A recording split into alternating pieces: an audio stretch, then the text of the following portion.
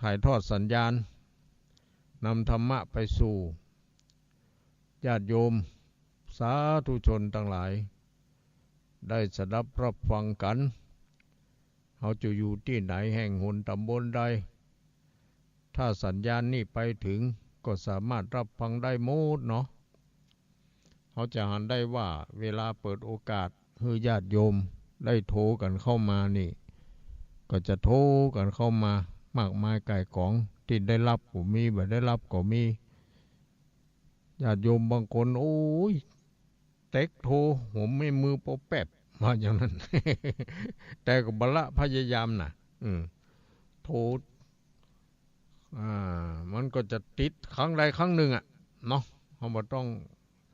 ซีเรียสอะไรอย่างมันมากนักการที่โทรนั่นก็เพื่อจะมามาเอ่ยกับตุลุงแล้วก็แจ้งผลการรับฟังว่าเป็นจะได้อย่างกันเนาะชัดเจนแค่ไหนอย่างใดเอาละเขาก็มาเข้ารายการ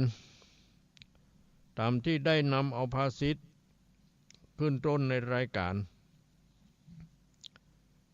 นั้นว่าอติติโขจะเวระวาแปลว่าคนแข็งกระด้างบ่มีคนแข็งกระด้างไม่มีเวรมันเป็นจะได้นี่คนแข็งกระด้างบ่มีเวรนี่คนแข็งกระด้างก็คือคนที่ขาดสัมมาคารวะบ่มีนิวาตะคือความอ่อนน้อมถ่อมตนแม้แต่ผู้รักผู้ใหญ่ก็บ่มีคารวะอ่อนน้อม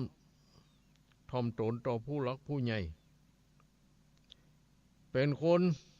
ยิงถือตัวบางทีก็ยกตัวเองข่มต้านนี่นะเป็นการสร้างความผิดใจให้แก่ผู้อื่นคนอื่นก่อกวนก่อเวรขึ้นโดยบ่ฮู้ตัวนะโดยบ่ฮู้ตัวดังนั้นโดยทั่วไปแล้วคนแข็งกระด้างจึงเป็นที่เกลียดชังของคนทั้งหลายโดยทั่วไปนะถ้าขอหันกิริยาอาการของเฮาที่แสดงออกมาตลอดถึงกำกำจ๋าเนาะที่พูดออกมาเขาก็จะหันธาตุแท้ของเฮาว่าเป็นคนแข็งกระด้างบ่มีความเคารพอ่อนน้อมถ่อมตนต่อผู้รักผู้ใหญ่หรือต่อผู้น้อยก็แล้วแต่ต่อไผ่คนใดคนหนึ่งนะความแข็งกระด้างนี่ความถือเนื้อถือตัวถือตนนี่มักจะบ่มีไผ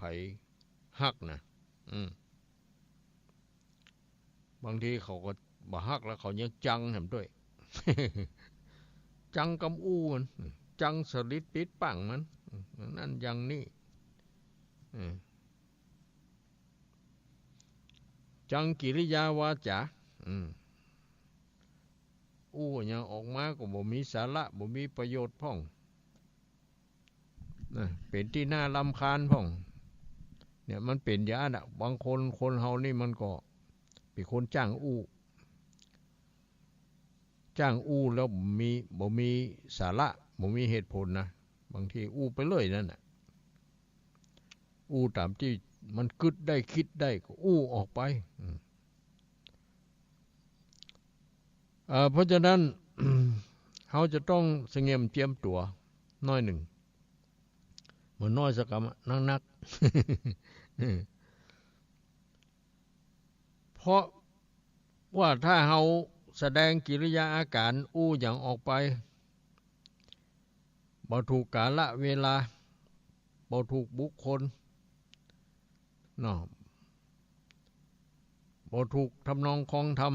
อย่างต่างๆเหล่านี้แทนที่มันจะเป็นกุลกับเฮามันก็เป็นโทษ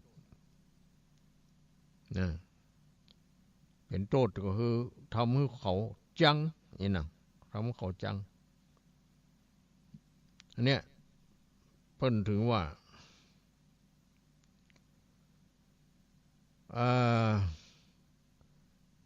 คนแข็งกระด้างจึงเป็นที่เกียรติชังของคนทั้งหลายเพราะเหตุนี้เฮาควรละเว้นนะความเป็นคนแข็งกระด้างเหียคือเป็นคนอ่อนน้อมถ่อมตนเหียจะได้เป็นคนที่บ่มีเวรบ่มีภัยอยู่ในที่ไหนๆก็มีแต่คนฮักนับถือนี่นะนี่นะเนี่ยคนเฮาฮือเปิ้นฮักอยากนักจักหวังอย่างเนาะฮือเปิ้นจังกับเดียวก็ได้ที่เฮาว่ากันนั่นแหละกำปากเป็นลมเป็นผมแก้ยากนั่นแหละเพราะนั้นไผจะจะจ๋าจะพูดจะคุยอย่างกับไผเฮาก็ต้องคำนึงถึงคนที่เฮาจะจะคุยนั่นเป็นคนอยู่ในประเภทใดเป็นครูบาอาจารย์ก็เป็นผู้รักผู้ใหญ่ก็เป็นผู้กลางคนก็เป็นผู้น้อยเป็นเด็กเป็นอย่างต่างๆเนาะเขาจะอย่างใด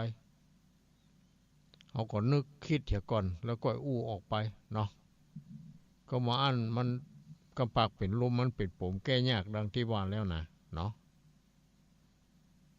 อันเนี้ยญาติโยมทั้งหลาย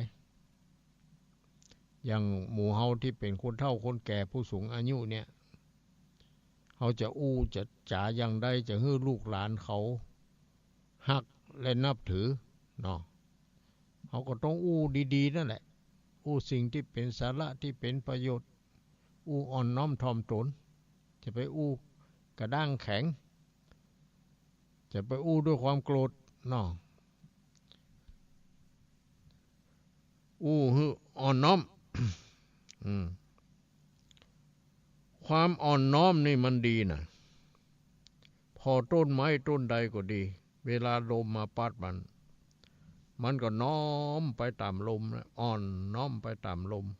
มันบ่ฮักนะเนาะมันอยู่ได้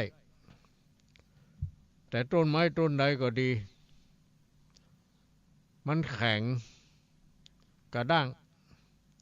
ลมมาปัดมันก็ต่อต้านลมที่มาปัดพอต่อต้านเข้ามันบ่ไหวเนาะมันก็หักเนาะหักขวาลงไปกองปืนอกหยกนั่นขนาดกิ่งใหญ่ขนาดลมมันยังไปบิดเอาปุ๊ด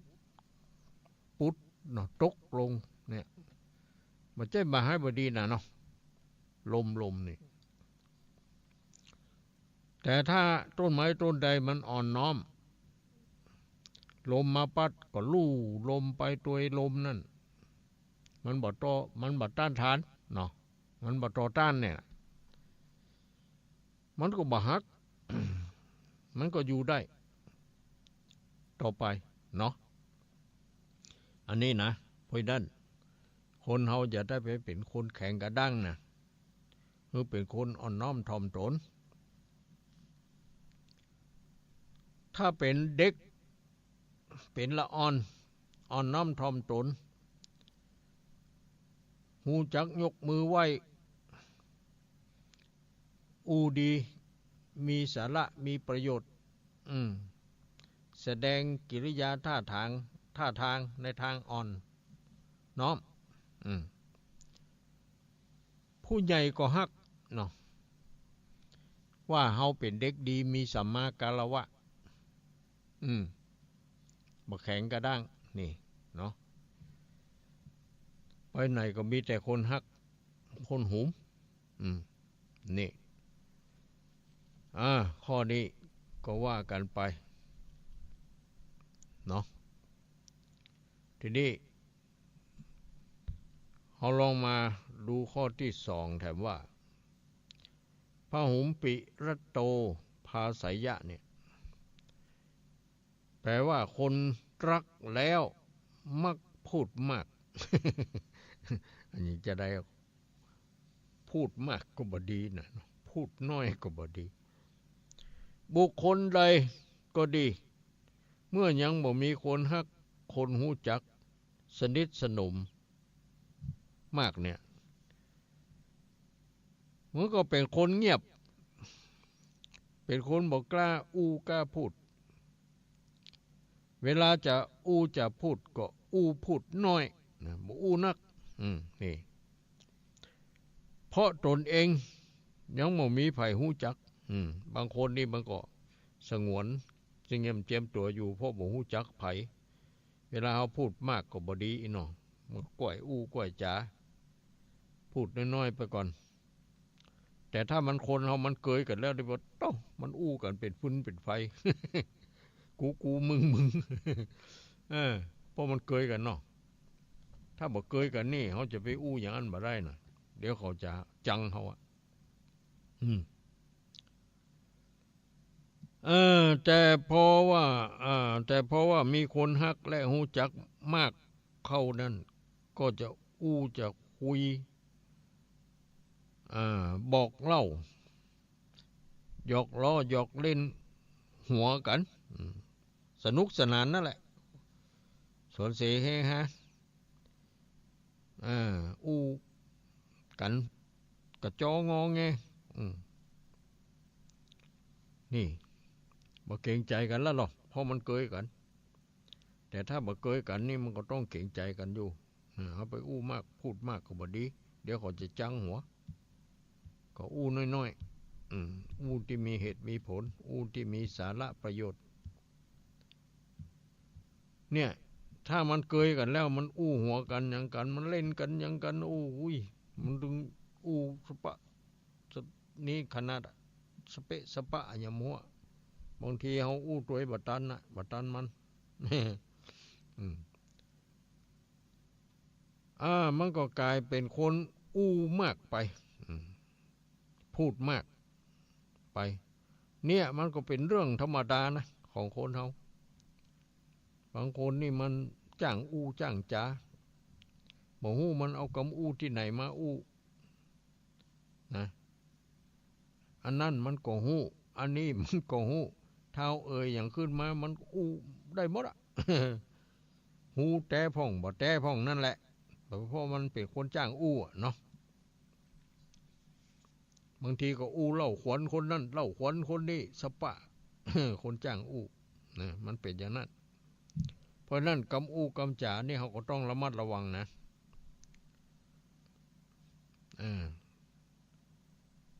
บางทีเอาอู้อย่างออกไปก็มีคนที่มาชอบมาชอบเฮาบางทีมันก็จังเฮาบ่ค่อยอู้จ๋าตัวหลีกหนีไปเหี้ยเนี่ยบางทีเขาก็บ่ฮู้ตัวเนาะเพราะว่าเป็นคนนิสัยเป็นคนอู้นักอู้มากอู้ต้องมีเหตุการณ์ต้องมีเวลาต้องดูสถานการณ์เนาะมันจะอู้ไปเลยอู้ฮึเปิ้นฮักอย่างนักจักหวังนั่นแหละอู้ฮึเปิ้นจังน้อยเดี๋ยวบ่ได้ก็ได้ ก็จังแล้วแต่ก็มีคนแถมจำนวนหนึ่ง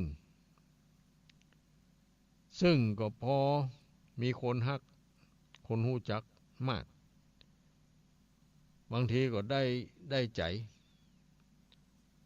นะบางทีไปอู้ว่าอย่างเขาคือเขาฟังเขาบอกว่าอย่างเขาอย่างความจริงในใจเขาจังแต่เขาไม่ได้แสดงออกมาเขาก็หันว่าคำอู้ของเขาคงจะเป็นประโยชน์อย่างนั้นอย่างนี้ก็อู้ไปติ๊กๆโดยบ่มีสาระบ่มีประโยชน์อย่างนี้เนาะคือทำนองว่าลงตัวเองว่าเขาอู้อย่างนี้ออกไปมีคนฮักมีคนหู้จักนักอวดตัวต่างๆนานาแล้วก็นี่หลงลืมตัวลงตัวนะบางทีเรื่องที่โจรบ่ฮู้เรื่องอันหยังเ หันเขาอู้กันก็เสนอหน้าอู้อย่างนั้นอย่างนี้นะก็เลยทำให้เป็นที่รังเกียจของคนอื่นไปอันเนี้ยกำอู้กำจาก็ระมัดระวังอู้น้อยนะดีอู้น้อยแต่ต่อยมาก เนาะก็แสดงว่าเป็นคนที่สุขุมเยือกเย็นแต่บ่เย็นจนเกินไปนะบ่เย็นจนเกินไปบ่ฮ้อนจนเกินไปก็ให้มันมัชฌิมานั่นแหละพอดีอย่างที่พุทธเจ้าท่านทรงสอนไว้นั่นเนาะว่าเอาปานกลางจะไปเอามากเกินไปจะไปเอาน้อยเกินไปก็ฮู้จักเวลาฮู้จักสถานการณ์ว่าสถานะอย่างนี้เนี่ยเขาควรจะอู้อย่างใดเขาควรจะทำอย่างใดเนี่ยเนาะอันเนี้ย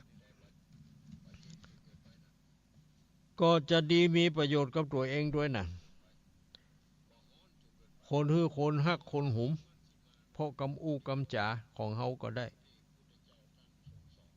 คือเขาอู้แบบว่ามีมัญญาสาไถ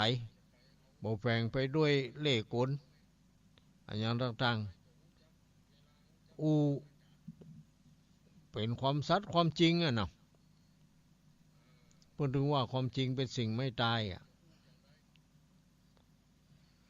เขาบ่อู้โกหกมดเท็จบ่อู้หลอกลวงบ่อู้ชิงชังคือคนอื่นเขาเข้าใจว่าเขาเป็นคน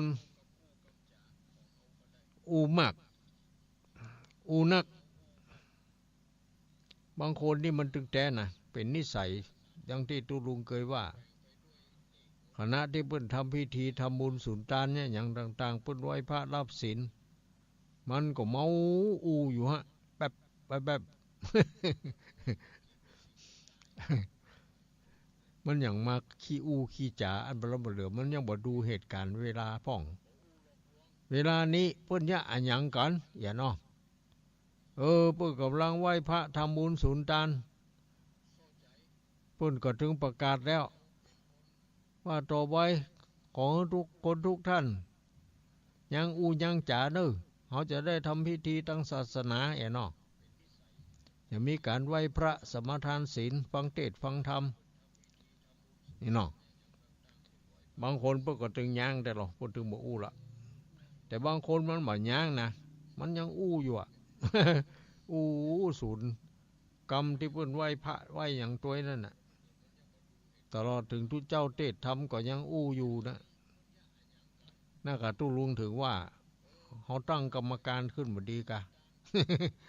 ขับไม่แซ่ไผอู้นักไม่แซ่เขียน จะไปอู้เพิ่นฟังเทศฟังธรรมกันฮะยังไปแซ่เขียนเนาะ บ่ได้หมอกันเนาะเดี๋ยวฐานทำร้ายร่างกายหมอกะทำให้คนอื่นได้รับบาดเจ็บอับอายขายหน้าไอ้หมอกะ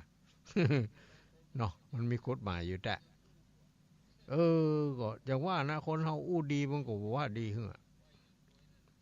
บางทีก็ต้องใจอารมณ์เนาะต้องใจความเด็ดขาดเนาะเนี่ยว่าข้อสำคัญคือจะไปหลงตัวเองว่าเป็นคนหู้คนล็อกคนอู้คนจ้างอู้อันอย่างต่างๆเหล่านี้แต่ถ้าจ้างอู้มีเหตุมีผลจะดีมันก็มีปัญหาอู้มีสาระมีประโยชน์อู้แล้วทำให้คนฟังมันสบายใจสบายหูน้องเนี่ยกำอู้กำจ๋าเนาะเป็นอย่างนั้นเป็นทุกเจ้านี่เหมือนกันนะเนาะเวลาเทศธรรมก็ดีเนี่ยอย่างอู้อย่างต่างๆก็ดีนี่เขาต้องระมัดระวังเนาะจะไปอู้กระทบกระทั่งคนอื่นแต่ก็บ่ได้อู้ตลกคบขันมากเกินไป บางทีญาติโยมฟังแล้วก็บ่ได้สาระบ่ได้ประโยชน์อะไรหยังได้แก่ม่วนได้แก่ไข้หัวอย่างบางทีก็ทุกเจ้าบางตนบางองค์ก็เทศใครเอาอันความสนุกสนานเพลิดเพลินมากกว่าธรรมะสุดท้ายญาติโยมฟังก็บ่ได้สาระบ่ได้ประโยชน์อะไรหยังได้แต่เล่นแต่หัวมันก็บ่ค่อยดีเนาะก็คันบ่าเทศเล่นหัวตัวก็ศรัทธาบางทีก็เครียดหน้าบ่จื่นบ่บานถ้าตลกคบขันออกไปก็ยังแคว้นแหมน้อยศรัทธาก็ตื่นใจตื่นตาตื่นใจแต่ว่าจะไปเอานักจะไปเอามากก็บ่ดีเนาะเพราะมันพอเหมาะพอดีนะคือมันพอเหมาะพอดีก็ดีนะไม่ใช่ว่าบ่ดีเพราะฉะนั้นพระพุทธเจ้าถึงตรัสว่าอันอย่างก็ดีมันมากเกินไปนักล้ำมันก็บ่ดีอันอย่างมันน้อยล้ำไปมันก็บ่ดีเพิ่นคือเอามัชฌิมาคือเอาปานกลางมัชฌิมาปานกลางจะไปมากเกินไป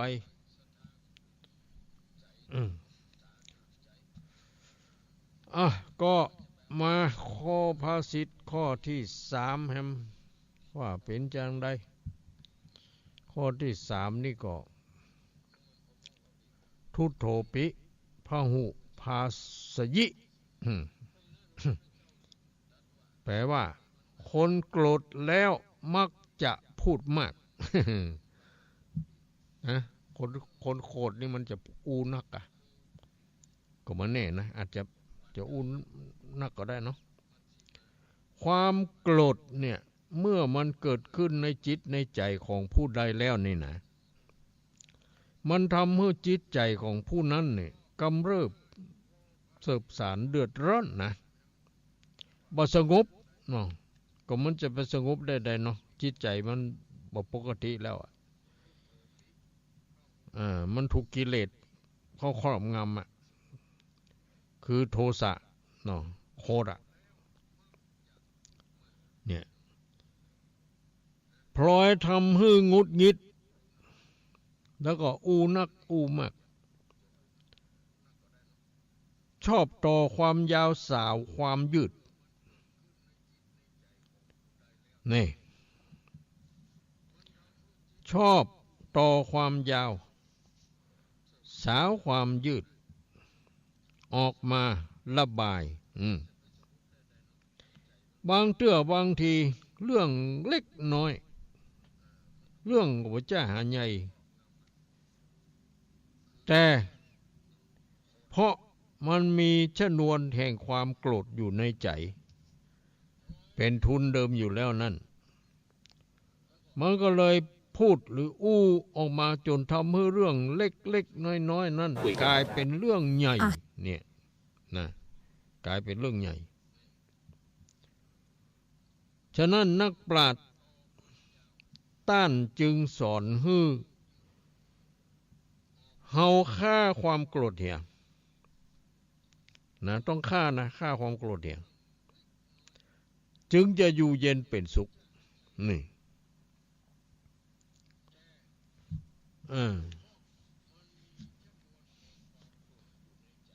ก็หมายความว่า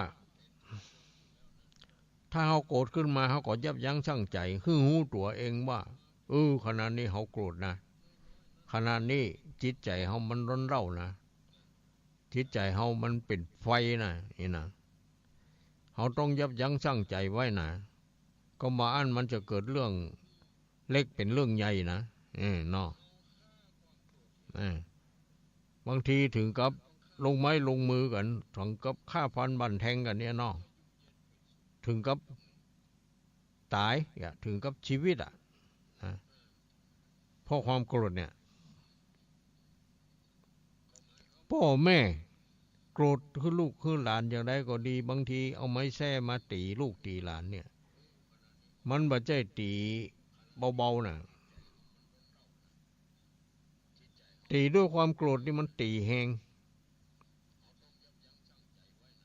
พวกละแตกออกพวกเป็นมาดพวกจำพวกละบางทีเลือดออกพวกละเนาะพอตีด้วยความโกรธนี่บันดาลโทสะอ่ะเนาะหน้าดำหน้าแดงอ่ะ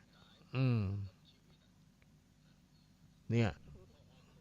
คนโกรธนี่อันตรายนะอยู่ใกล้มาได้ถ้าเป็นไฟนี่มันเป็นไฟฮ้อนขนาดนักอ่ะมันไม่ใช่ไฟอ่อนๆสักกำอะไฟฮ้อนแรงฮ้อนมากฮ้อนมาก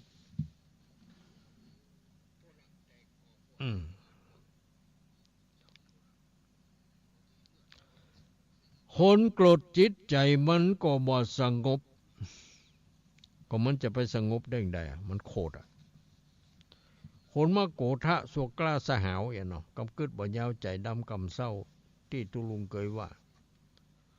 มีโทษนักเหลือสุราน้ำเหล้าโกธะคนเฮามนุษย์ว่าอย่างนี้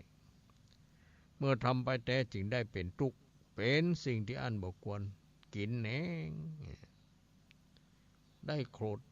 กินแหนงได้เนี่ยกินแหนงได้ทำอะไรอย่างต่างๆก็เพื่อเขากินแหนงมันเป็นไปแล้วไงเพราะนั้นเขาก็หู้ตัวยับยั้งชั่งใจในขณะที่โกรธนั่นจะไปทำอะไรอย่างจะไปเนี่ยอะไรอย่าง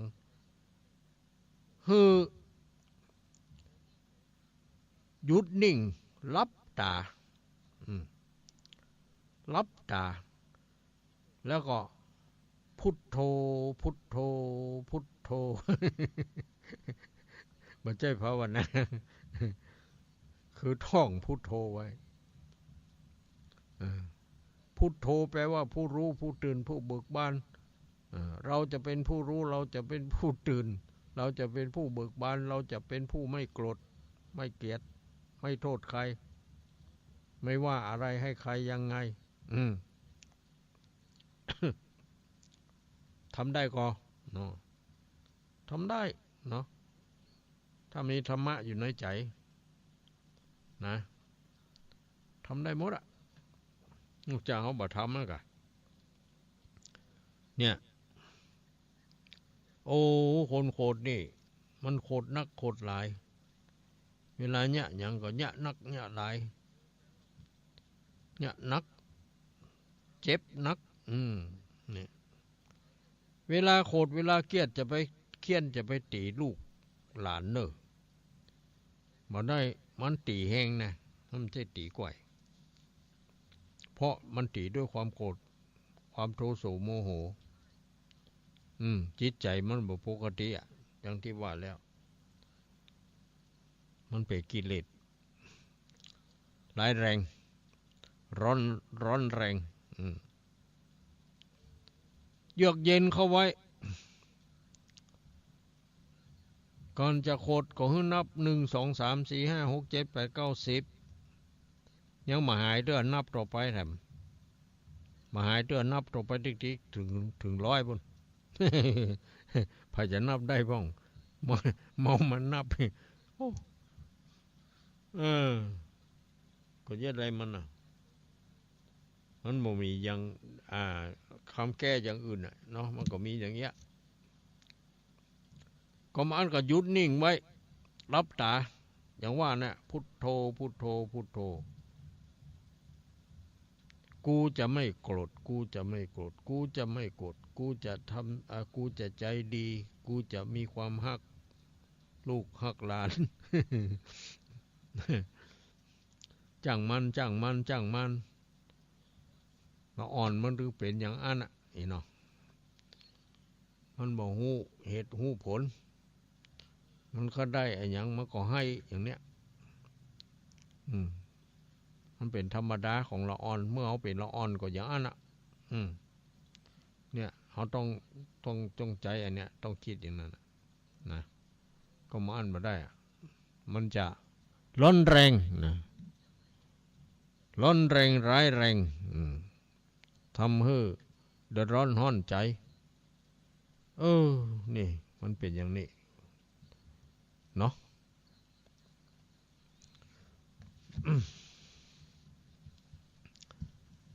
โขนมักโกทะโสกาสาหาวกำกึดบ่ยาวใจดำกำเศร้า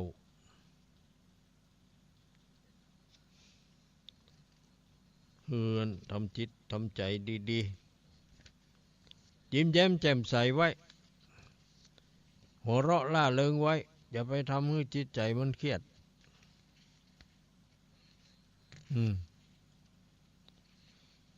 บางคนเป็นเดือนเป็นปีเป็น10 ปี20 ปีบ่เคยยิ้มสักเทื่อ บ่เคยยิ้ม เมื่อใดก็หน้าบึ้งตึงหน้าจัด หน้าสวกโอ้อันลำไผกายิ้มแย้มแจ่มใสพ่องกะหน้าจื่นหน้าบานพ่องจะไปหน้าเขาเรียกว่าหน้าอย่างหน้าจด หน้าบูดหน้าเบี้ยว หน้าบูดหน้าเบี้ยวหน้าจด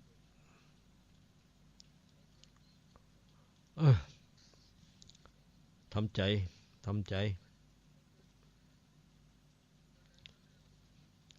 โลกนี้กว้างใหญ่สำหรับคนใจกว้างโลกนี้อ้างว้างสำหรับคนใจแคบโลกนี้คับแคบสำหรับคนเห็นแก่ตัวโลกนี้ไม่น่ากลัวสำหรับคนที่เสียสละนี่ก็เป็นคติเนาะเขาต้องมองโลกในแง่ดีนะเมื่อมีกินอย่าลืมถิ่นที่เคยอยู่เมื่อรอบรู้อย่าไปลืมครูที่เคยสอนเจอรักแท้อย่าลืมพ่อแม่ที่เคยกอดนอนหายทุกข์ร้อนอย่าลืมธรรมที่นำทาง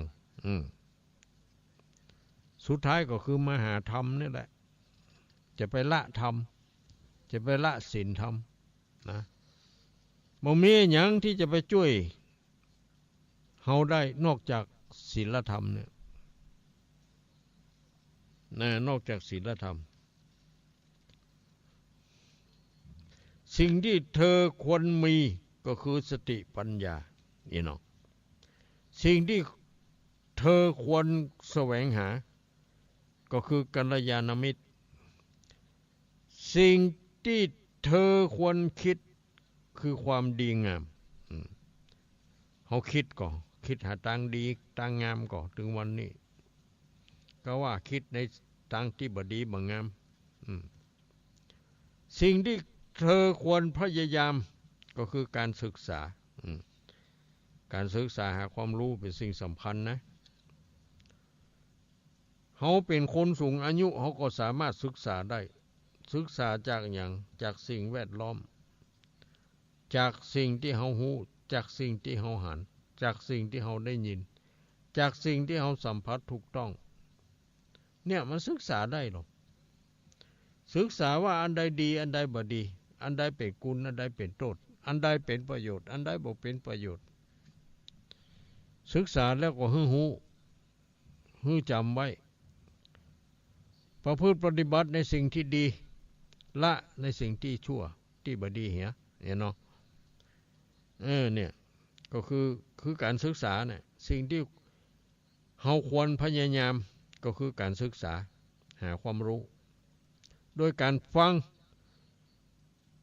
อย่างเราฟังการบรรยายนี่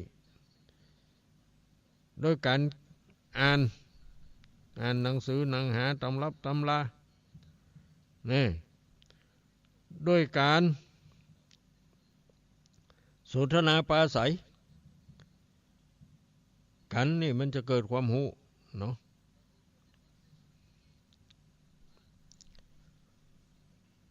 สิ่งที่เราควรเข้าหาก็คือนักปราชญ์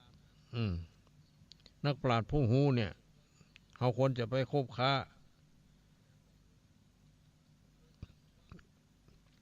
หาความรู้กับบัณฑิตนักปราชญ์ผู้รู้นะ สิ่งที่เขาควรสิ่งที่เขาควรฉลาดก็คือการเข้าสังคมการเข้าสังคมนี่จะทำให้คนเขามันฉลาดแต่เข้าสังคมแล้วนี่ถ้าบักกึดบักคิดอย่างก็บ่มีความฉลาดแหละเข้าสังคมคือมันจะมีอย่างทุกสิ่งทุกอย่างที่เขาหูเขาหันเขาได้ยินสังคมนี้เป็นอย่างไรเขาอู้กันอย่างไรเขาปฏิบัติกันอย่างไรเขาทำกันอย่างไรนี่มันเขาก็จะเป็นคนที่มีความฉลาดรอบรู้นะสิ่งที่เขาควรนิยมก็คือความซื่อสัตย์คนเขาที่มีความถ้ามีความซื่อสัตย์สุจริตอย่างมันก็ดีซื่อสัตย์ต่อตนเองซื่อสัตย์ต่อคนอื่นบางทีซื่อสัตย์ต่อตนเองแต่คนอื่นเขาซ้ำบ่ซื่อบ่สัตย์แถมอีกมันก็ใจบ่ได้มันต้องซื่อสัตย์ต่อตัวเก่าแล้วก็ต่อคนอื่นด้วยต่อพ่อแม่ต่อลูกหลานต่อญาติพี่น้องหมดต้องซื่อสัตย์สุจริตต่อกันสิ่งที่เขาควรตัดก็คืออกุศลคือมันบอกเป็นบุญมันเป็นบาปนั่นแหละเขาควรจะตัดจะไปเอามาจะไปให้มันอยู่ด้วยเขาเมินของบดีเนาะสิ่งที่เขาควรเพิ่มพูนเหรอคืออะไรอย่างก็คือคุณความดีและบุญกุศลกันควรจะทำให้มันมากให้มันนักและทำให้มันสม่ำเสมอนะพยายามทำเมื่อมีเวลาและโอกาสจะไปปล่อยให้เวลาโอกาสนั้นมันผ่านไปโดยเปล่าประโยชน์นี่สิ่งที่เราควรเพิ่มพูนนะจำไว้คือคุณงามความดีหรือบุญกุศลนี่และสิ่งที่เราควรอดทนเนาะก็คือการถูกดูหมิ่นดูแคลนของผู้อื่นเขาจะไปคอยตามเขาดูถูกดูแคลนเขาปล่อยเขาจ้างเขาวันหนึ่งเขาจะหูถ้าเอาไปคอยตามเนี่ยเป็นทุกข์ใจเปล่าๆเป็นทุกข์ตัวเก่าเพราะจะต้องมาเครียดกับปัญหาที่เขานินทาเขาต้องคิดว่าอันนินทากาเลเหมือนเทน้ำเนี่ยไม่ชอกช้ำเหมือนเอามีดมากรีดหินเนี่ยเอามีดมากรีดหินนี่มันใจวะมันใจนี่แล้วเนาะมันไม่ใช่เข้ามีดมันบ้างมีดคมแต่เอามากรีดหินผลสุดท้ายก็เป็นมีดที่บ่คมเนาะเพราะหินมันบ่สะทกสะท้านมันแข็งมันเหมือนกับคนเฮาเวลาถูกดูหมิ่นดูแคลนอย่างเฮาอดทนเฮาบ่โกรธเฮาบ่เกลียดมันก็เหมือนกับหินเนาะเขาพูดจาปราศัยดูถูกดูแคลนเฮามันก็เหมือนกับมีดมีดบ้างไว้เห็นแล้วมีดคมขนาดไหนก็บ้างร้อยบ่คมสิ่งที่เราควรทวินก็คือพุทธธรรมธรรมะของพระพุทธเจ้าเนี่ยทุกคนต้องใฝ่ใจต้องทวินหาสิ่งที่เราควรจดจำก็คือผู้ที่มีพระคุณอันนี้ต้องจำไว้นะอย่าเขาเป็นลูกที่เขาจะจำผู้ที่มีพระคุณก็คือไผ่ก็คือพ่อแม่เนาะพ่อแม่นะเป็นผู้ที่มีพระคุณตุลุงนี่แม่ตายไปหลายปีแล้วทุกปีพอถึงวันแม่เนี่ยตุลุงจะพาน้องลูกหลานไปหาแม่ที่ป่าช้ายังมีครั้งหนึ่งแม่จงดีก็มาหาในวันแม่บอกป้าเอาที่วัดมาอยู่นี่ล้อท่า เฮาตุลุงไปปุดประจาไปหาแม่บ่ไปเยอะหยังก็ไปจุดธูปจุดเทียนไปเพี้ยวไปพัดใบไม้ใบหญ้าอันหยังที่มันห่อหุ้มหลุมฝังศพของแม่นี่เอาอย่างไปเส้นไปไหว้นั่นแหละไปจุดธูปจุดเทียนบอกกล่าวเนี่ยก็คือถึงแม้เพิ่นจะตายไปเพิ่นจะมาฮู้ด้วยวิธีอย่างก็เป็นการแสดงออกถึงความกตัญญูกตเวทีคือเป็นเยี่ยงอย่างของลูกของหลานละอ่อนฮวนได้มาฮู้ได้หันต่อไปเขาก็จะได้ทำต่อไปเอกะยากูเปียแต่ว่าวันศุกร์นี้ก็ไปปล่อยปลาปีกมาก็มาเอาธูปเอาเทียนเอาน้ำเอาอย่างไปฮือแม่ที่ปัจจะไปไหว้ไปสาปาหมู่ลูกเต้าเข้าปั้นละอ่อนเขาไปเขาก็ไปน้องอยู่ลำปางก็มากู้เปียพอถึงวันแม่ก็มาหาแม่มาตานขันเข้าพ่องมาอย่างพ่องนะทำบุญแล้วอย่างหลายอย่างแล้วก็ไปไหว้ไปสาเพิ่นเนาะก็จะได้อยู่ดีสบายนะเนาะเขาทำอย่างทำสิ่งที่ดีมันไม่ใช่เป็นสิ่งที่งมงายอย่างเป็นการแสดงออกถึงความฮักถึงความกตัญญูรู้คุณกตเวทีทำตอบแทนนั่นแหละเนาะอันนี้ใครจะทำก็ทำใครบ่ทำก็บ่เป็นหยังก็แล้วแต่จิตใจไผมันนั่นแหละไผก็บ่ได้บังคับบัญชาอย่างเฮามันเกิดจากจิตจากใจเฮาทำเองมันก็ดีเนาะบ่เสียหายหยังเอาละญาติโยมทั้งหลายได้บรรยายขยายความมาบางสิ่งบางอย่างก็ผ่านพ้นไปตอนนี้ไปคงจะได้เล่านิทาน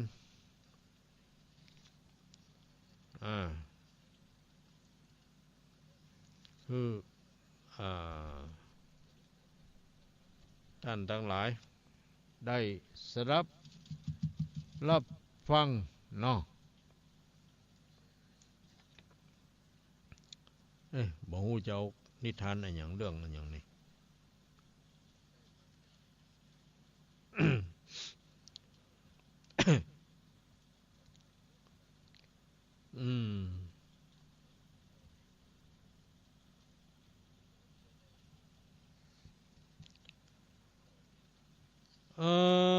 นิทาน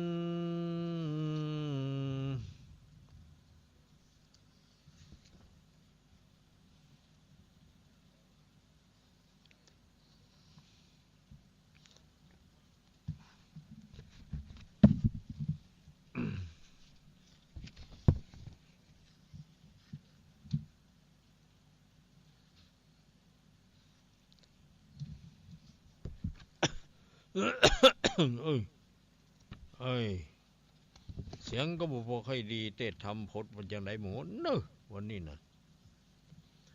คนเลี้ยงแกะกับลูกเสือวันหนึ่งขณะที่คนเลี้ยงแกะกำลังอันนี้เอาแล้วเลยเนี่ยไปแล้วไก่กับหมาป่ากับสุนัขจิ้งจอกไก่กับหมาป่าเป็นเพื่อนรักกัน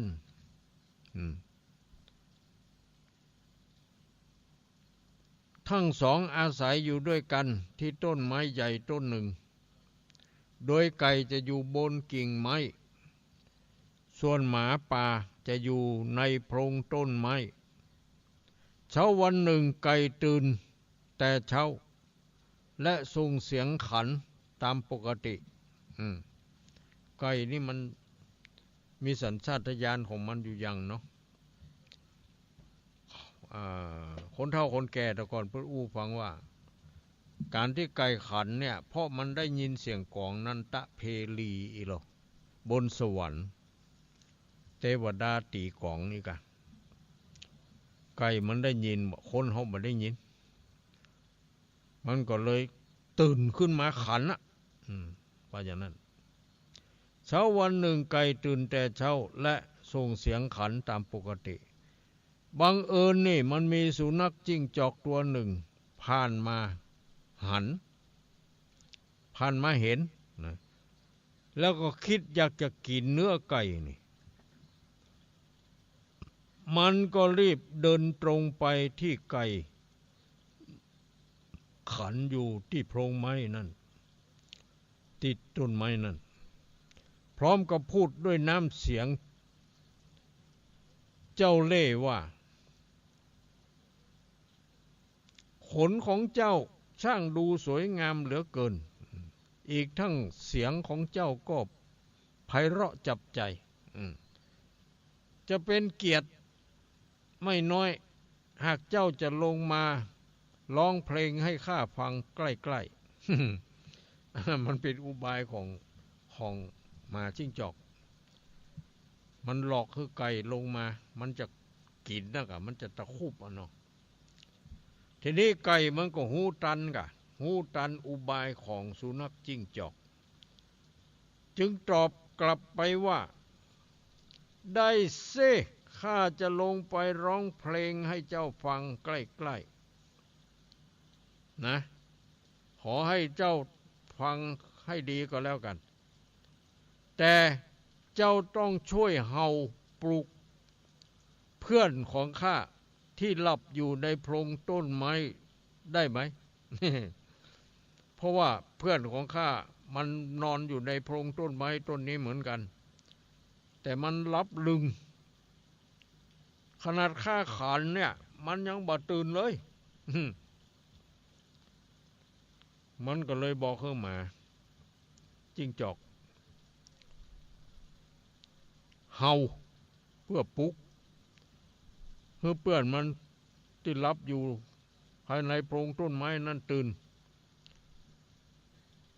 มันได้ยินเช่นนั้นสุนัขจิ้งจอกก็คิดว่ามีไก่อีกตัวอยู่ในโพรงต้นไม้เลยก็จึงไปที่โพรงไม้และเห่าขึ้นอย่างสุดเสียงเลยหมาป่าที่คอยดูเหตุการณ์อยู่จึงกระโดดออกมาขย่ำสุนัขจิ้งจอกทันที นั่นแหละหารู้ไหมว่าจะหลอกเปิ้นเสียเปิ้นหลอกตัวนี่นะหมาป่านี่มันถึงบัดใจถูกกับสุนัขจิ้งจอกไอ้หนอสุนัขจิ้งจอกตัวน้อยกันเนาะหมาป่ามันตัวใหญ่หมาป่ามันเป็นเปื้อนของไก่มันก็นอนอยู่หั่นไก่ก็เลยออกอุบายให้สุนัขจิ้งจอกไปเห่าดังๆให้เปื้อนมันตื่นพอมันเห่าอันตาหมาป่ามันสะดุ้งตื่นก็โดดลงมาขบ สุนัขจิ้งจอก มึงเฮ้ยตัวจะหลอกเปิ้นเสียเปิ้นหลอกตัวนั่นแหละเรียกว่าบัตันเขา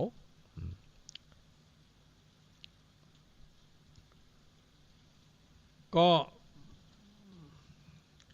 หมาป่าก็จึงกระโดดออกมา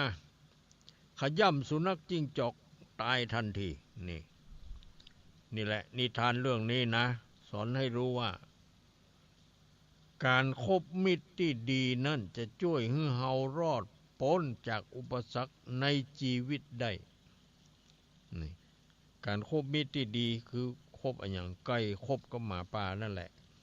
เป็นเพื่อนพุงกันเป็นมิตรที่ดีต่อกันคอยช่วยเหลือซึ่งกันและกันคอยป้องกันภัยนี่นะนิทานเรื่องนี้ก็มี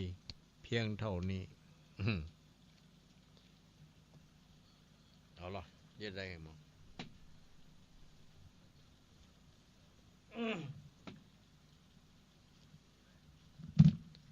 ก็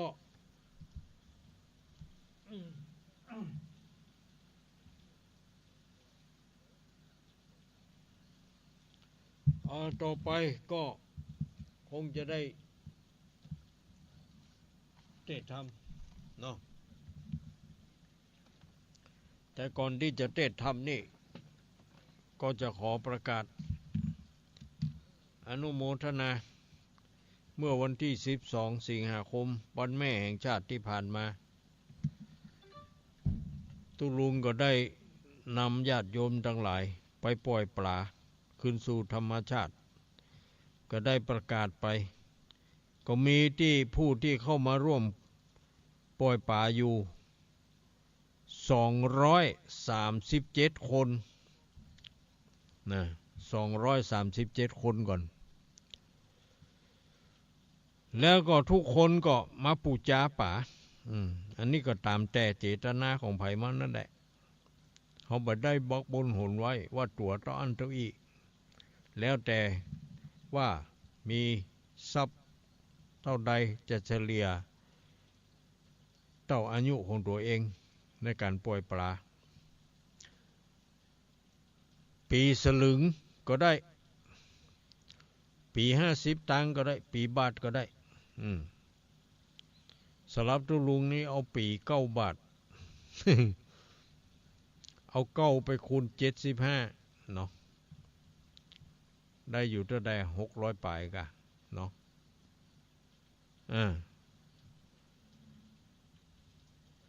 พอดีก็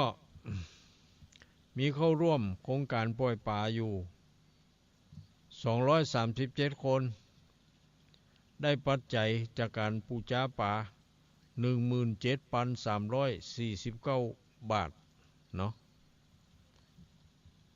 แล้วก็มีรายจ่ายอยู่ก้าน้ำมันรถไปเอาปลาพ่องก้าอาหารการกินก็ยังเขาจ่ายเชื่อมไป2,700เนาะเหลือหั่นก็เลยมาแบ่งกึ่งเอาเข้ากองทุนบุญนิธิของพระเนนวัดทางต่ำเอาไว้เป็นการศึกษาเอาไว้เป็นการเจ็บไข้ได้ป่วยซื้อยุกซื้อยาอันยังจีปาทะนี่แหละคือสวัสดิการของพระเนน7,325 บาทแล้วเอาเข้าศูนย์ศึกษาพระวุฒินามว่าอาทิตย์7,325 บาทเนาะก็พอดีบ่ได้เหลือบ่ได้มีไว้สักบาทนะในเงิน 17,349 บาทนั่นก็ได้ป่ามาอยู่ 30,000 ตัวก็ไปปล่อยไปทำพิธีปล่อยคืนสู่ธรรมชาติเนาะอันนี้ต้องขอขอบใจอนุโมทนาขอบพระคุณทุกคนทุกท่านแม่จงดีอำเภอฝางเนาะก็ได้เข้าร่วมปล่อยป่าในครั้งนี้ตัวเป็นเงิน325 บาทเนาะพ่อหมออินทร์แม่จงดีเชื้อกันทาอำเภอฝางนะขออนุโมทนาขอ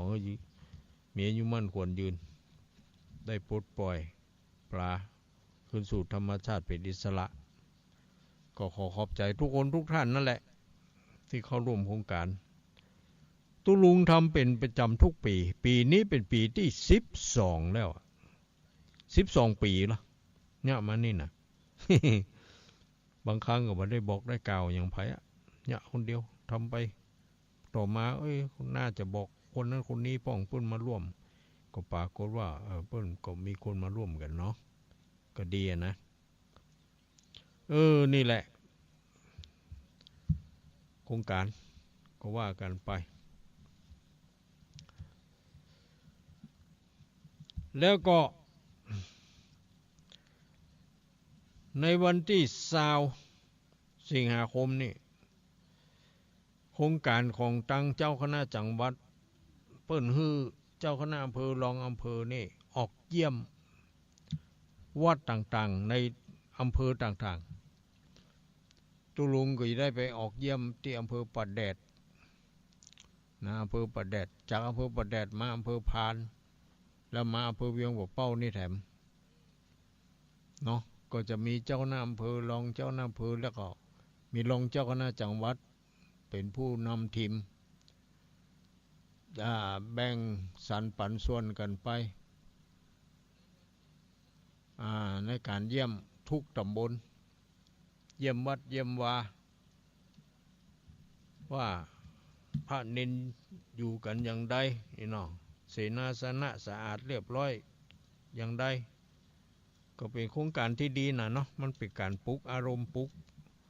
อย่างคือคนเฮามีแก่จิตแก่ใจที่จะพัฒนาจะต้องไปดูวัดดูวาว่าวัดไหนเรียบร้อยดีงามหรือวัดไหนรกรุงรังมีหยักมีเยื่อห้องน้ำห้องส้วมเหม็นนี่เนาะเพราะนั้นเฮาจะต้องปฏิบัติปัดโปธรรมกันเนาะเป็นการกระตุ้นคือคนเฮาได้ทำวัดวาอารามก็สะอาดสะอ้านเนาะเอาละต่อไปก็คงบ่มีอย่างที่จะมาแจ้งมาบอกมากล่าวคงจะได้เทศนาธรรมดูเหมือนจะเป็นภูกที่7ก็หาเขาก็จำมาได้นะจำได้ก็ลืมไปเหียภูกอย่างก็จำมันเถอะ เอาภูกที่7ก็แล้วกันแมวขนคำภูกที่7อีน้องเอาทุกคนพร้อมแล้วพร้อมทั้งกายพร้อมทั้งใจขอให้รับฟังกันได้เลยเฮาก็บ่มีการไหว้พระสมทานศีลอะไรอย่างเพราะศีลก็อยู่ในใจของทุกคนอยู่แล้วเพียงแต่เฮาตั้งเจตนางดเว้นมันก็เป็นศีลแล้วเนาะพระเจ้าพระธรรมอย่างเฮาก็ไหว้กันอยู่บ่อยๆเนาะก็มาเริ่มเข้ารายการฟังเทศไปเลยแต่คงจะเทศไปได้สักกึ่งเนี่ยนะเอาก็ว่ากันไปเอาเนอะพร้อมแล้วบ่ถ้าพร้อมแล้วก็ รับฟังกันนะโมตัสสะภะคะวะโตอะระหะโตสัมมาสัมพุทธัสสะตะตาตะปะโสนะหานายาสารังกาตวากนันตัสสามิงมหันตาปะทูเมกุมาริกังอิคติติสาธาโวดุราสปุริสาตั้งหลายตั้งยิ่งใจมวลหมู่อันเข้ามาสู่ฟังธรรมศีลดวงงาม85บ่ต่ำจะหักษาย้อนพาธนาไฟห้อยใครจินจ้อยเจยบานจริงฮือตานบ่ขาดบ่ประมาทฟังธรรมจุงดาจำติดต่ออย่าฮือขาดข้อบทใดลำดับไปหน้าบัดนี้แดดเตอตาในกาลานั้นใส่พระที่ไวระสีกันเติงยามดีอาบน้ำจำลาพร่ำกาญาก็รีบไกลกลาไปสู่ยังที่อยู่บกครณีหันบัวมีดอกใหญ่พงเกิดใหญ่มีมีขันธารถเราหอมตัวเต้าดงไพรหยินสงใส่ไข่หูจิงเข้าไปสู่ดวงดอกอากาบออกเล็งดูก็หันบุญจูเด็กน้อยงามใส่ร้อยเป็นยิงรูปเป่าปิงผาเสดเมตตาเกิดในตนรีบเรรุนบอจาโนลาบุญมี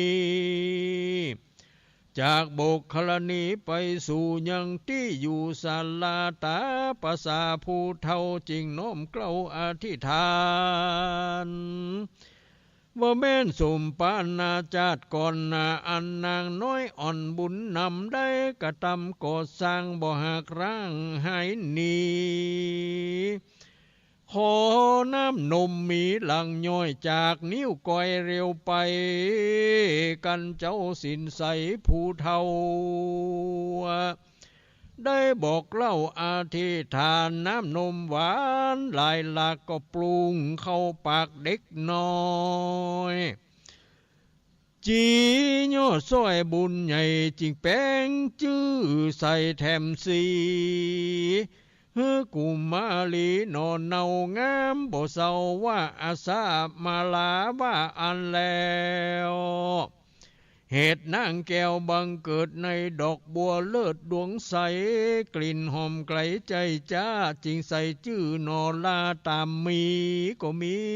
เพื่ออันเล่นนาสากันท่ามาลาอันว่านางอสมาลานาไทยจำเลินใหญ่เร็วไว้โรกาภัยพญาตบ่มาปัดอินทรีเจ้าราศีผู้เท่าเลี้ยงนอนเน่าบุญนาด้วยอันหาลูกไม้ที่จริงใกล้อาสโลมกับน้ำมานมหลังย้อยจากนิ้วก้อยมีมาอสมาราหนอเนาอยู่กับพ่อเจ้าราศีอายุ10 ปีจวบควายพงขึ้นใหญ่เป็นสาวกาญาข่าวเกลียงอ่อนงามจะจอนโสภาดังเท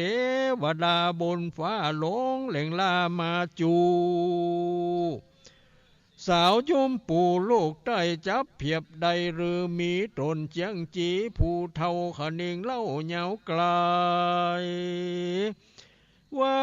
สีวันหน้าวัยน้อยอ่อนอยู่ในบ่อนศาลาจอมเรามาเนินจ้าหลายปีกว่านานำใจบางตำแต่เล่าฮักดังลูกเต่าในโตลการกุศลน้อยใหญ่ก็มักไผ่โทธรรมมีสินจำบ่ขาดบทประมาทละสาจุมตันหากราดกร้อยกิเลสถอยหนีหายคนยิ่งใจไหลแหล่ไปหัวแน่หันใสเจียงจากไข่ตันเล่าว่าจีผู้เท่าดงดอนเอาสาวนอนร่วมห้องกลางเถื่อนทองดุงรีว่าจีกรรมมีกระหยาบเที่ยงขนาบเป็นหมายฮื้อเขาตั้งหลายน้อยใหญ่ได้หมุนไม่เครื่องกาเหตุนั้นนาอย่าจ้ากวนเอาหนอลาสายใจไปอาศัยไปนอกที่ข้างขอกศาลาตาภาษาผู้เท่าขนิงเล่าหันโหนก็รีบเรรุนพอที่หูแจ้งทีหันใส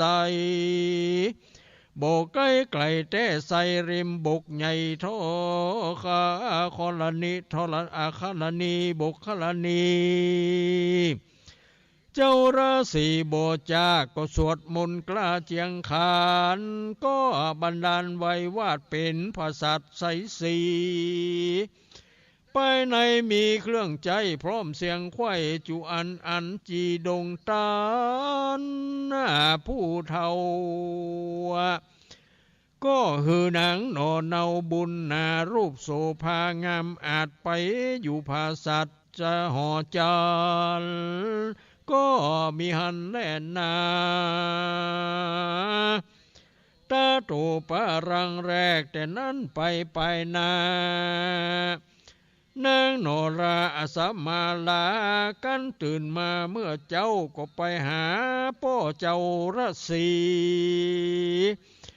ปฏิบัติดีบ่ขาดคือเพียวกวาดศาลาตกแต่งดาบ่จ้าน้ำล้างนาและไม้สีฟ้าตั้งนา น้ำฉันน้ำใจหาลูกไม้หัวมันมีอนันต์หลายแหล่เต็มจุแง่ดงรีถวายปอรสีเป็นเจ้าสันต่างเข้ายำงายลังเตื้อพันภายโซไซเก็บดอกไม้ดวงบานตามสถานข้างนอกอยู่ภายนอกศาลาเก็บเมียดมาแต่งไว้คือป้อไทยราศีปู่จามีข้ามเจ้าแล้วก็รีบไต่เต้าขึ้นสู่ยังที่อยู่แห่งตนก็มีหันเล่นนาที่นี้จักวันนาจะรอดถึงเจ้ายอดจุมปูอันอยู่จูป่าเศร้า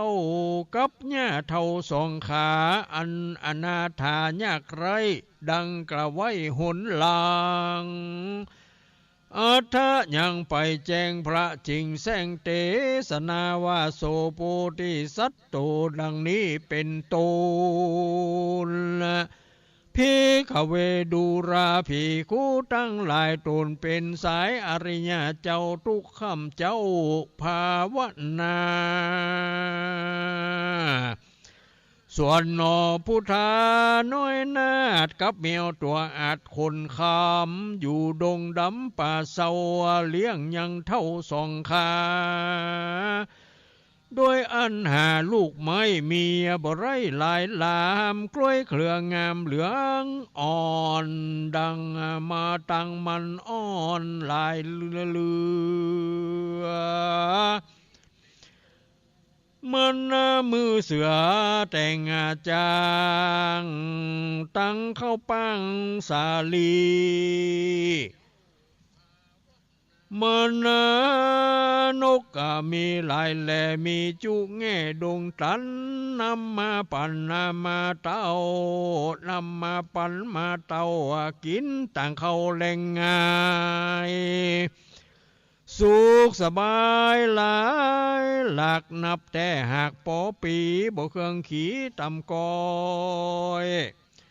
อยู่จื้นป้อยเจยบานก็มีหันและนา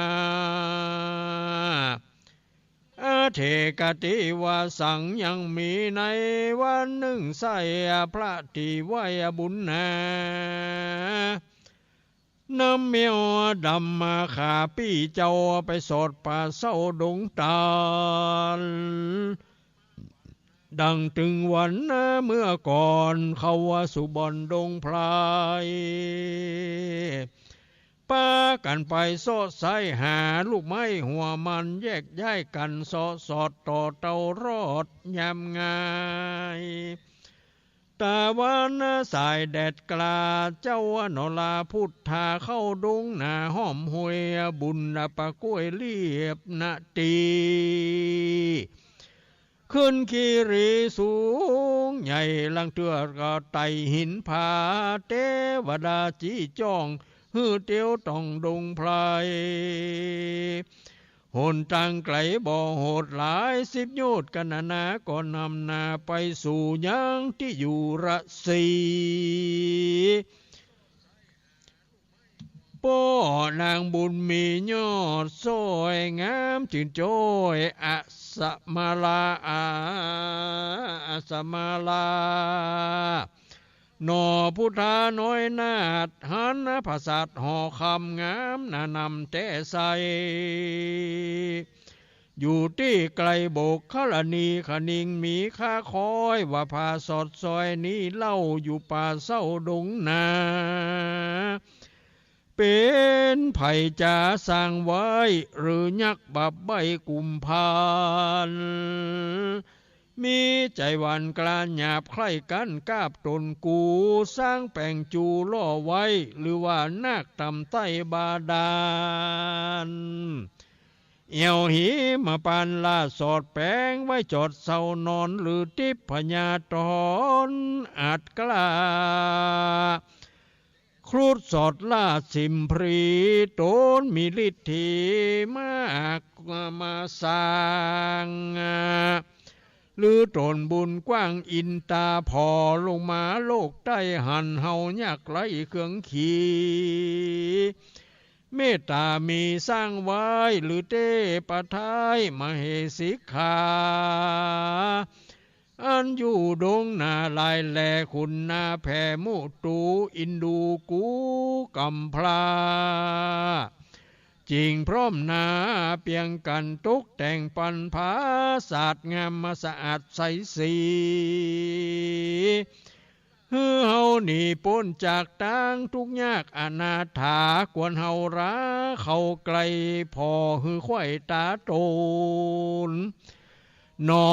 ตาสะพลกึดแล้วก็กาดแกล้วไปสู่ยังที่อยู่พังกาก็ได้ยินเสียงจ้าอิงออยเป็นข้าวจ้อยลำนำฟังเป็นกำหักม่วนเสียงละร่วนบ่อนหูเป็นเสียงนางบุญจูโนเนางามโบเศร้าอาสะมาลาอยู่ที่จุงจ้าจริงไกลริมบุกงาใหญ่ต่อบกขลนีลูกละสีบุญกวางก็มีหันแล่นาตามาทางพระกาเซนตูสถาอาหาสถาอันว่าสัพพัญญูพระพุทธเจ้าตูนเป็นปิ่นเกาติโลกาจารไข่นิทานไปแจ้งพระจริงแจ้งแสงเทศนาว่าตังสัตตัวมหาสัตโตติปาราเนสีราสสีสตารมณียากาจิโตติสวาอากาตวาสารายังอันโตมหาสัตตังอภิรูปังจิตตังมะมะอาถากินีจุมปูอยาลากะมหารูปังเทวญะดังนี้เป็นต้นพิกเวดุราภิกขุตั้งหลายตนเป็นสายอริยะเจ้าทุกข้ำเจ้าภาวนาตังสุตวามหาสัตโตอันว่ามหาสัตเจ้าจุมปูราชหันผาศาสหอควางยินเสียงนางยอดซอยจ้าอ้อยข้าวซอฟังกำปอม่วนลำอยู่ริมน้ำบกขรณีสังกามีแต่เราว่านางโนเล่านี้นะโบราณเป็นยักษ์ขาพายเพศแถลงเป็ดเป็นคนใครกินตนกาบกว่าหรือว่านางฟ้าเทวดาเอวมนุษย์สาลูกได้ไปตันได้ขึ้นสู่ยังที่อยู่เมืองบนหรือว่าคนโลกลาใจอัดกล้านานำมีเงินคำบ่ไล่บ่หูใจอันใดแป้งผาศาสใส่แก้วกูลีตนอยู่ดงรีหนอมุนีน้อยนาดขนิ่งขวาดในใจว่าเป็นสันใดก็แล้วอันว่านางแก้วยิงรามกวนจะทำตันเล่าฮือรู้เก้าความใน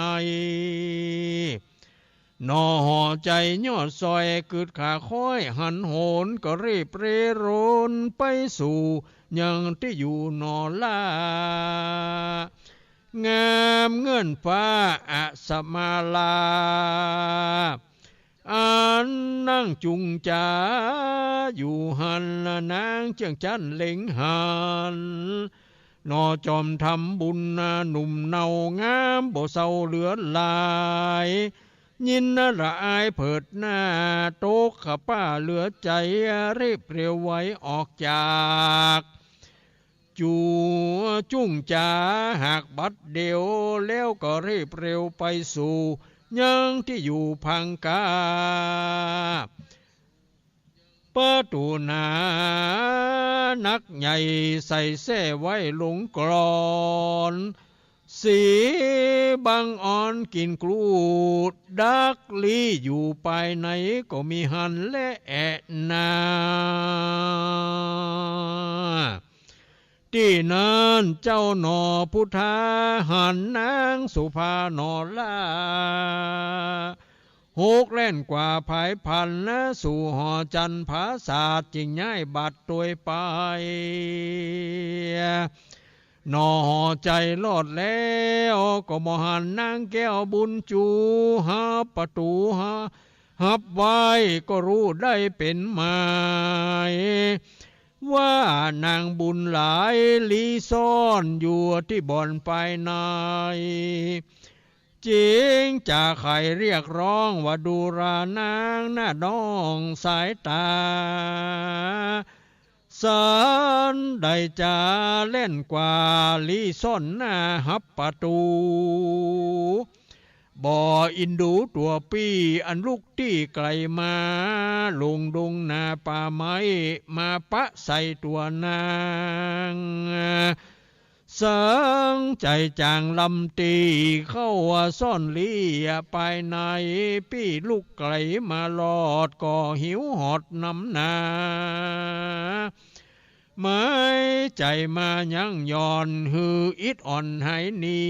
ปลาเพนีแต่เก้าได้บอกเล่าว่าใครจะว่าเมื่อมีแขกมารอดสู่ญาที่อยู่เหือนโตนกวนเรรุนรับตอนด้วยกำอ่อนจาหวานจัดอาหารข้าวน้ำบรรทุพร่ำนานาย้ำแขกจ๋าทำข่าวก็บอกกล่าวไขปานฮือได้หันแจงทีบ่มีที่สังกานางสมาซ่อนลีบ่แม่นที่ตามกองละพี่มองหมุนไม่หรือหันพี่ยากไรตกผ่านบ่ใจบานชื่นสู้จริงบ่อู้ไข่จ๋าหรือว่าสายตาน้องเนาหันพี่เท่าพังร้ายบ่เหมือนอ้ายคนงามพี่จะถามนาดน้องบ่ตอบทองกำจาส่วนอาสมารายอดซอยได้ยินถ้วยจากไขนางก็มีใจไว้วันสตานรันกาญาสีเนหาเกิดตองไหนแห่งห้องอินทรีย้อนบุญมีจัดแล้วอันสองหนอแก้วจอมควรได้ร่วมกันสร้างก่อบุญปานพ่อถมนาจักจ้องมาจัดนี้บริกลี่นี้หายความละอายมีมากใจนึ่งก็ข้าเลยปากเจียนจาสมาลากินกูบอกกล่าวอู้จ่าไขดักอยู่ในลีซ่อนในแห่งห้องหอจันก็มีวานนั่นหันแลนะยังบ่นี่ที่ตาเตื้อเล่าถูกนี้เต้าอี้ก่อนกล้วยฟังต่อไปแหมมาในวันพัดหน้ายังมีอยู่ท่าดาฟังผูกนี่ยังไปแจ้งก็จริงได้จบลงเต้าอี้เต้านี้ก่อนก็บางกลุ่มก็ยังบ่บางกลุ่มเตื้อเล่าเขากล้วยฟังต่อไปแถมหน่วยหนึ่งในวันพัดหน้าก่อนและหน้านาสำหรับผูกนี้ขอเทศมาเต้าอี้เต้านี้ก็วาดวางลงปงไว้เพราะเสียงมันบดไล่ที่จะฟังกันต่อไปก็ขอยุ่งยังเพียงเต้าอี้เต้านี้ก่อนแหละนา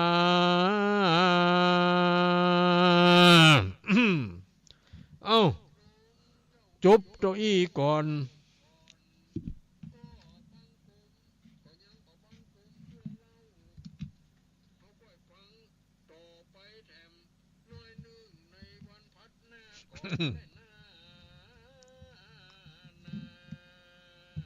เอาละญาติโยมทั้งหลาย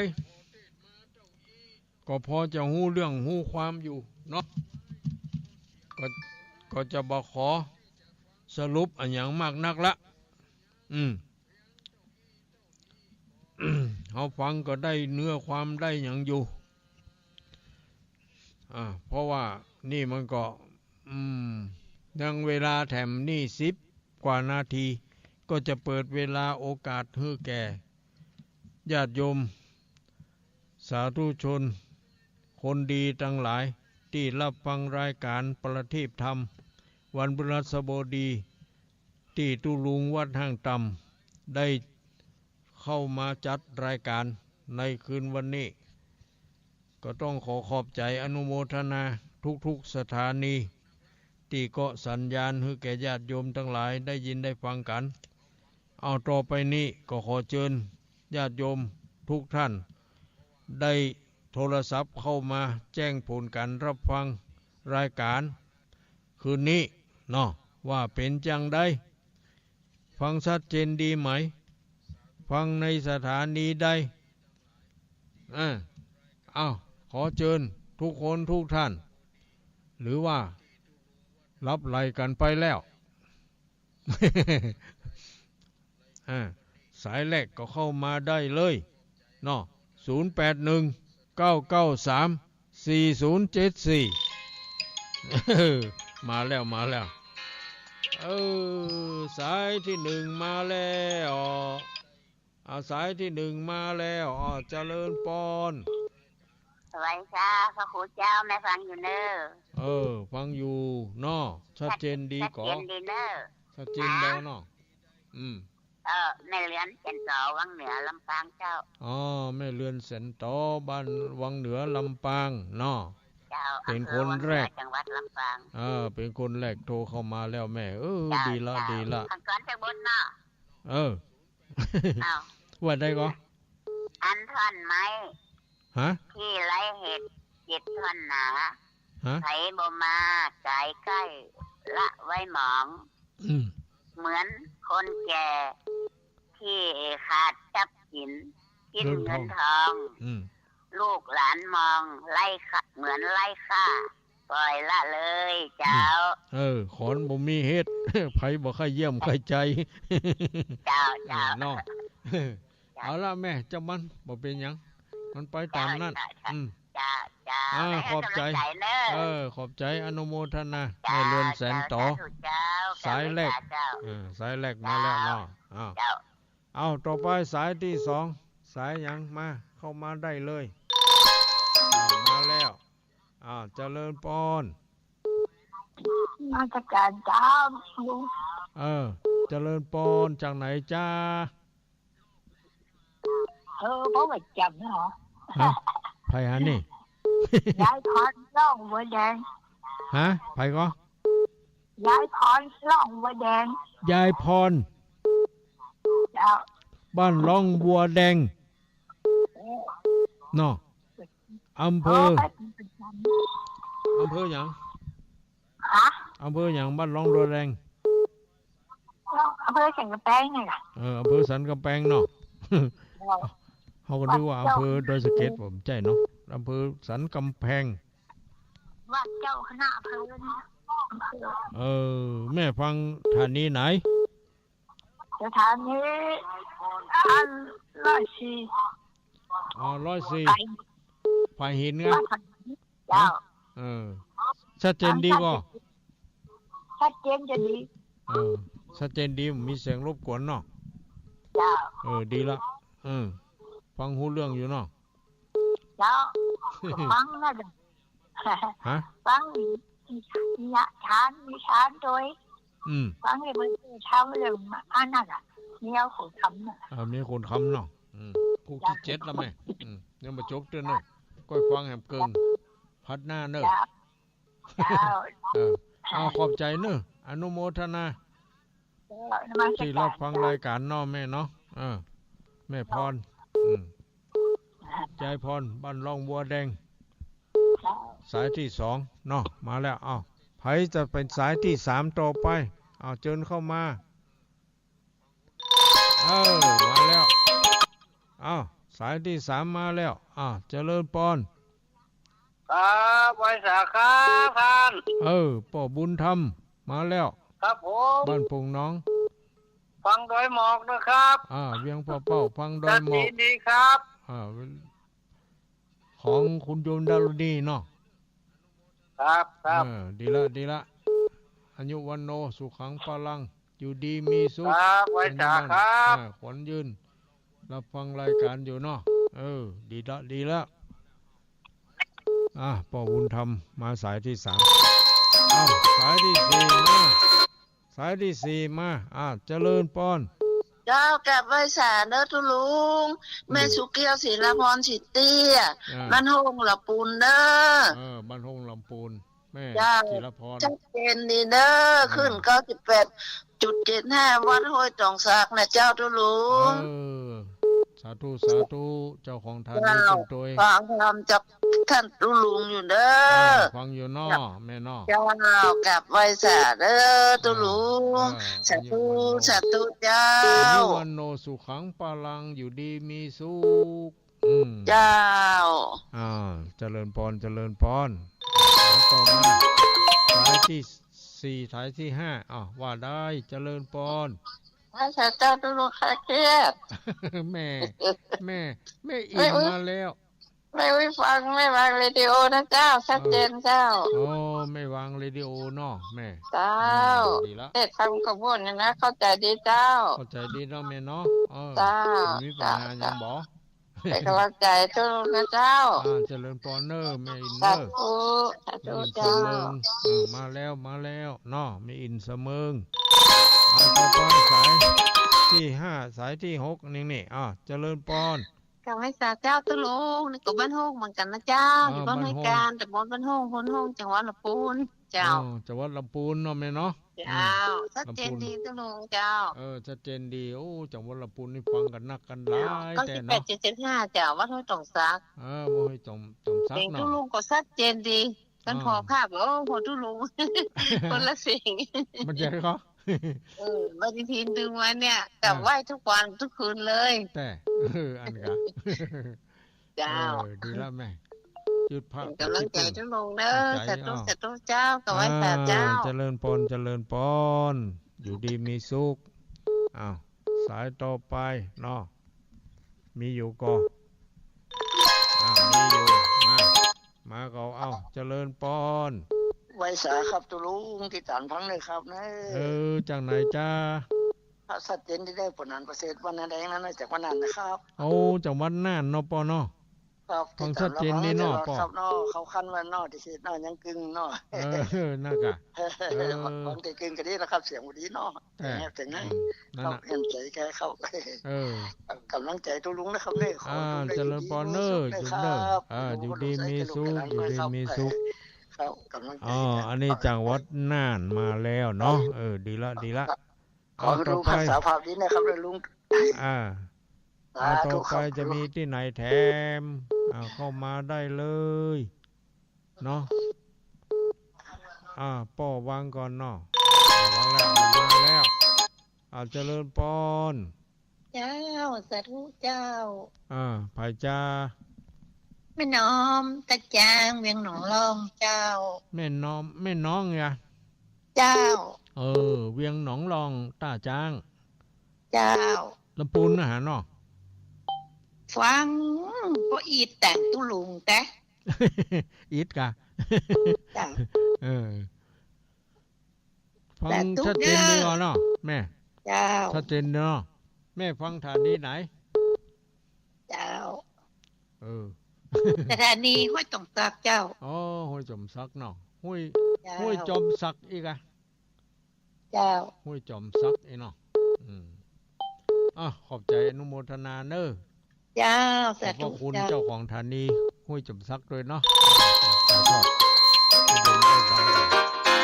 ชอบมาแล้วสายนี้เจริญพรกราบไหว้สาธุลุงเจ้าแม่สิกูลตาธุราชหนองล่องลำปางเจ้าหนองล่องลำปางอำเภอ ก็ขา อำเภอเมียง อำเภอเมืองเนาะ เจ้า อำเภอเมียงก็อำเภอเมือง เมียงสระเอียงมันใช่สระเอืองเนาะ เจ้า ดีละ ชัดเจนดีเจ้า สำนวนไผมันรักษาไว้เนอะรักษาสำเนียงเสียงไว้เจ้ากำลังใจให้ตุลุงนะขอบใจอนุโมทนา เจ้าก ำลังใจโอ้ถ้ามีกำลังใจอีนี่มันถึงมีจิตใจที่เข้มแข็งต่อสู้เจ้าจะจัดรายการไป เจ้า จัดรายการไปตลอดก็อย่างนี้นะเพราะว่ามีคนกำลังใจเนาะเจ้าขอบใจอนุโมทนาขอบคุณสาธุเจ้าสาธุอายุวันโนสุขังปะลังเจ้าสาธุเข้ามายังแถม 5-6 นาทีเนาะมานี่แล้วเจริญพรข้าพเจ้าเจ้าหลวงพ่อเจริญพรจากไหนจ้ามันปินเจ้าแม่จินจิลามันปินเพื่อดอกคำใต้จังหวัดพะเยาเจ้าแม่จินจิลาบ้านปินอำเภอดอกคำใต้จังหวัดพะเยาเจ้าฟังชัดเจนดีก่อเจ้าฟังชัดเจนดีเจ้าฟังหลวงพ่อที่ทำขมวนเจ้าหูความนอกเจ้า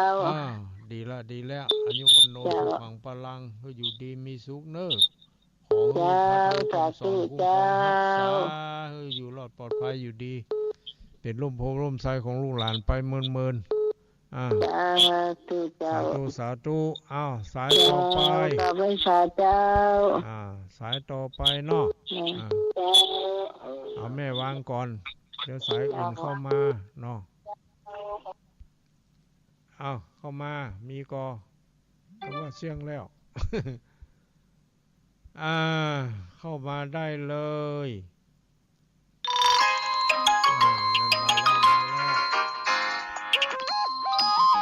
วเจริญปอน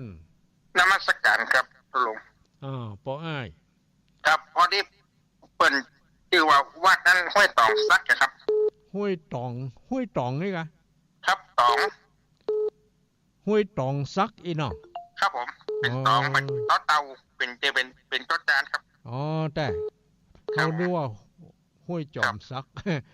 เป็นห้วยตองซักอีเนาะครับผมครับเป็นอำเภอจอมตองนะครับเนาะครับตอนที่เป็นแม่สีกูนั่นเป็นอำเภอเมืองได้แล้วครับอำเภอเมืองอำเภอเมืองลำปางครับเป็นอำเภอเมืองลำปางคนลำปางนี่เป็นจังหวัดอำเภอเมียงเนี่ยแต่ครับมันคล้ายๆกับเขากินเมียงอะไรกันเนาะครับผมผมฟังได้หมอกนะครับในตุลุงโดยหมอกเรดิโอครับผมของคุณยมดารุณีเนาะครับผมชัดเจนดีเนาะครับชัดเจนดีครับอายุวันโนสุขังพลังปอให้อยู่ดีมีสุขเนอะนมัสการครับอยู่ดีมีสุขสายต่อไปยังแหมได้แหม1 สาย 2 สายได้2 สายถ้าอุ้มบุ๋มเจริญพรมาสการเจ้าจากไหนแม่บัวไข่เจ้าแม่บัวไข่เจ้าอยู่ไหนบ้านยังหัวจ้างนี่แก่ตำบลพระบาทเนี่ยตุ้งหัวจ้างตำบลพระบาทอำเภอเมืองลำปางเจ้า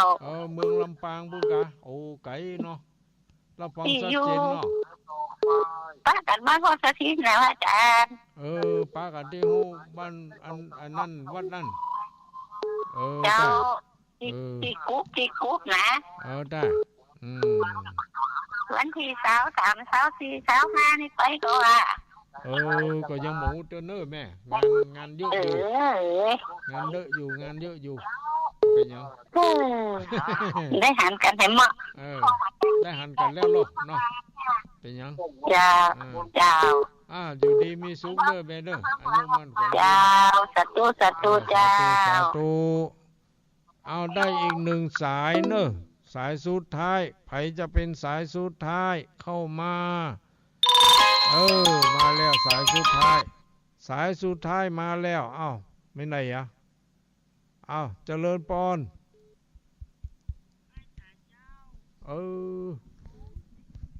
อันยังว่าได้แม่ยัง